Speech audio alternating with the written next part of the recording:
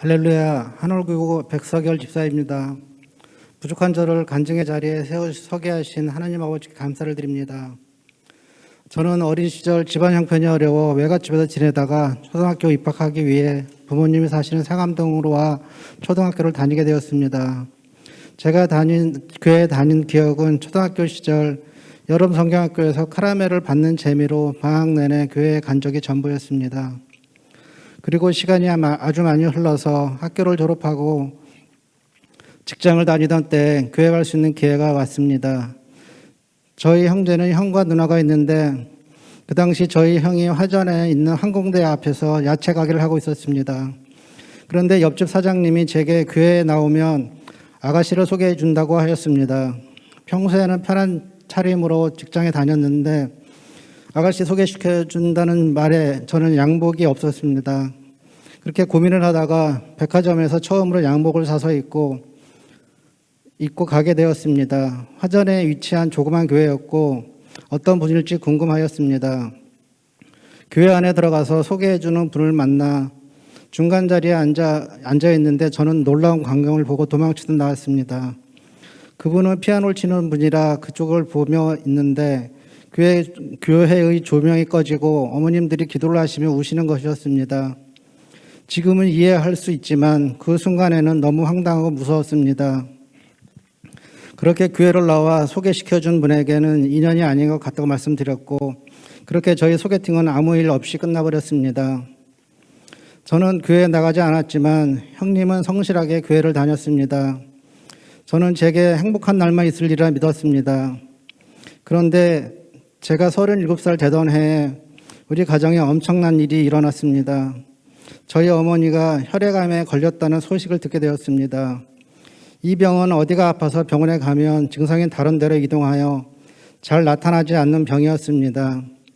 그렇게 몇 번을 병원에 가서 혈액암이라는 것을 알았습니다. 어머니는 항암을 하시며 많이 힘들어하셨고 그 모습을 차마 볼 수가 없었습니다.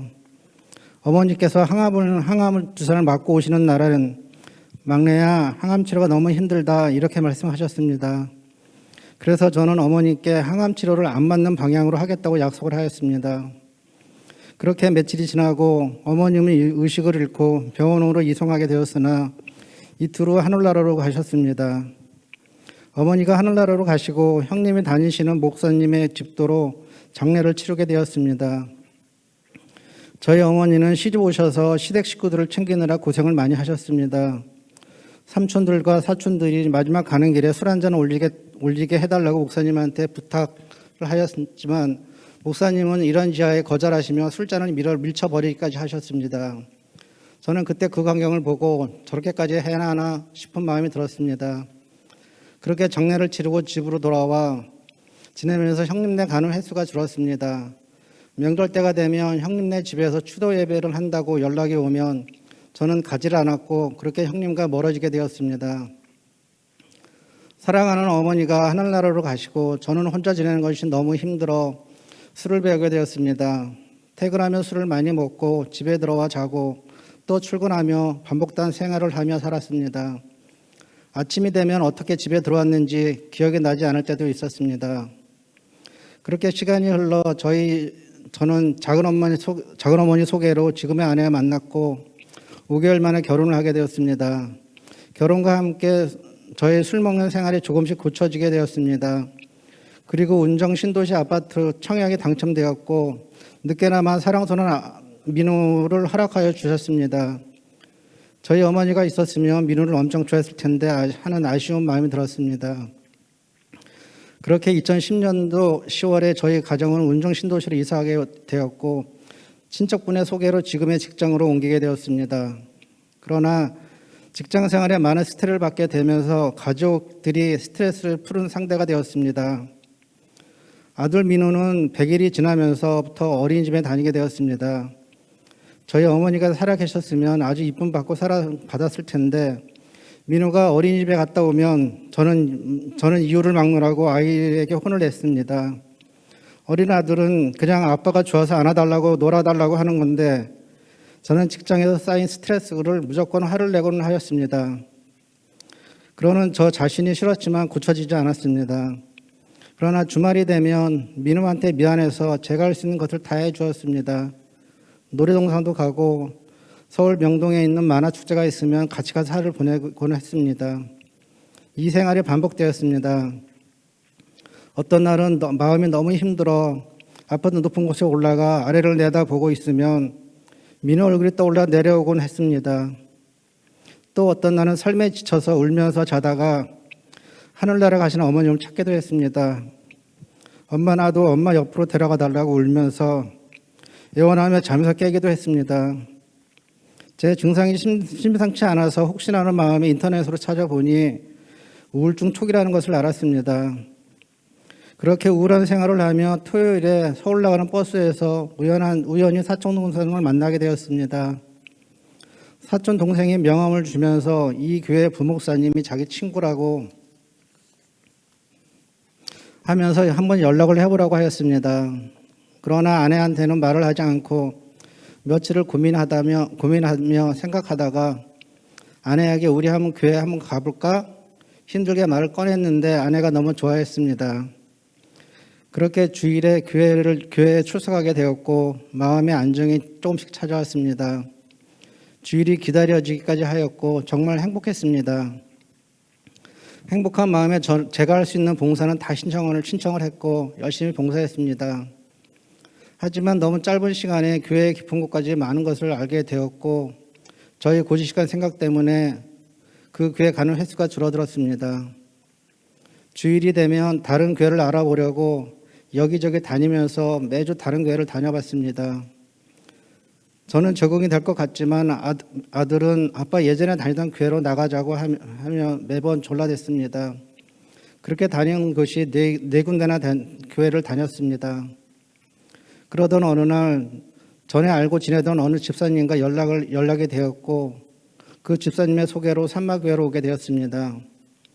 교회에 오는 날 목사님께서 저와 아들 둘만을 위한 기도를 해주셨습니다. 기분이 너무 좋았습니다. 전에 섬기던 교회에서는 우리 가족만을 위한 기도를 한 번도 받아보지 못했습니다. 담임 목사님과 교구장님께서 성전 어디서나 기도를 해주시니 너무 감사했습니다.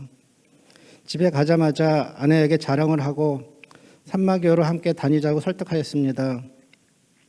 드디어 아내와 함께 산마교회에서 신앙생활이 시작되었습니다.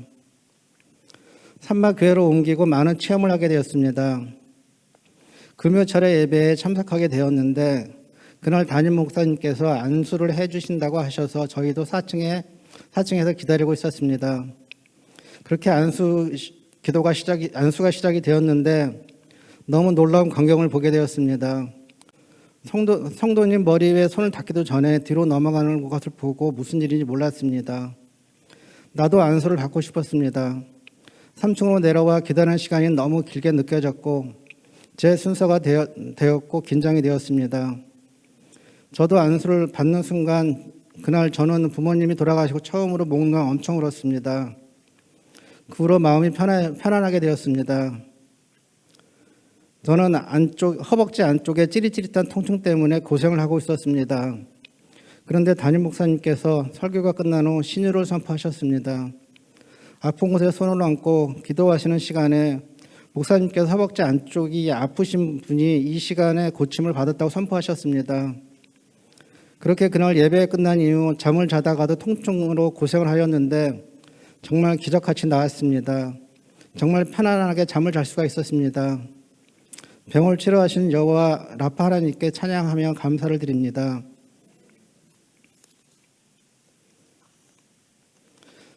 저는 산마교회에서 신앙생활을 하며 우울증과 질병의 치료를 받고 너무 감사했습니다. 새가족 교육을 마친 후 교통부에서 봉사를 하게 되었습니다. 그런데 우리가 이사한 집에 문제가 생겨 아랫집으로부터 고소장이 날라왔습니다. 어떻게 대응을 해야 할지 몰라 팀장님과 집사님들에게 이야기를 하게 되었고 함께 중보기도 하였습니다.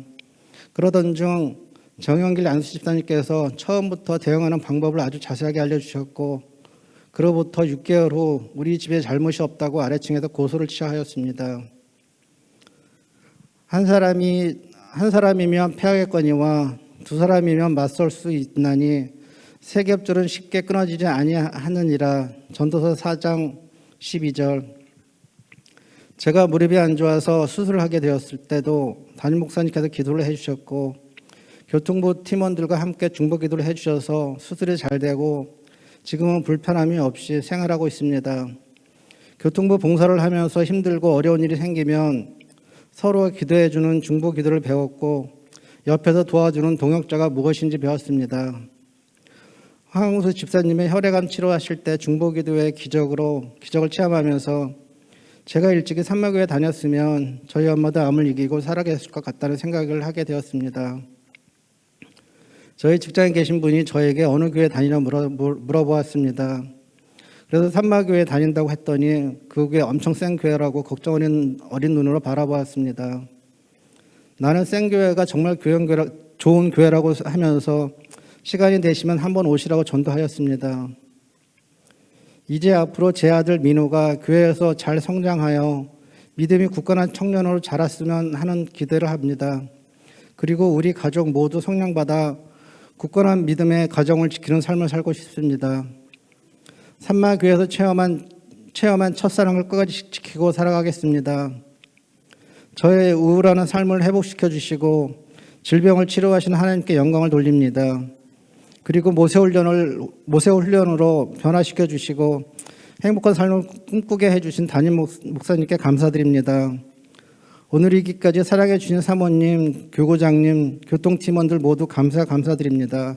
할렐루야, 감사합니다.